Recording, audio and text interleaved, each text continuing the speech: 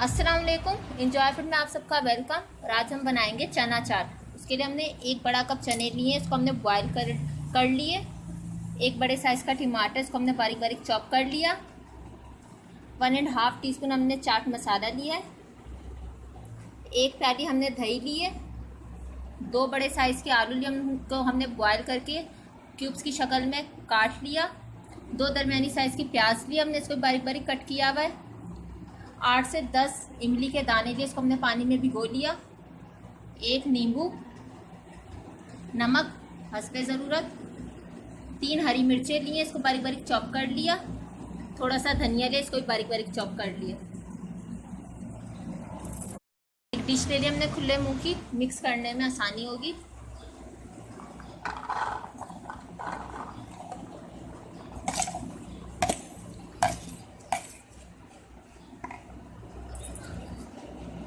आलू,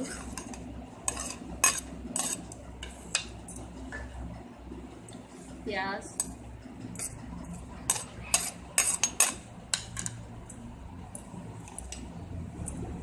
टमाटर, हरी मिर्चें,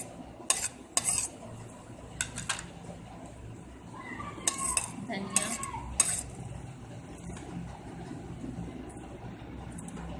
लेमन का जूस, चाट मसाला,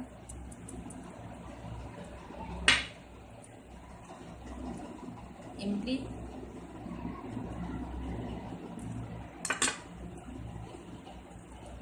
दही,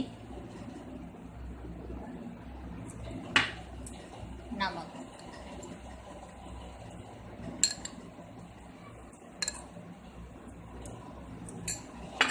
इन सबको मिक्स कर देते हैं अच्छी तरीके से।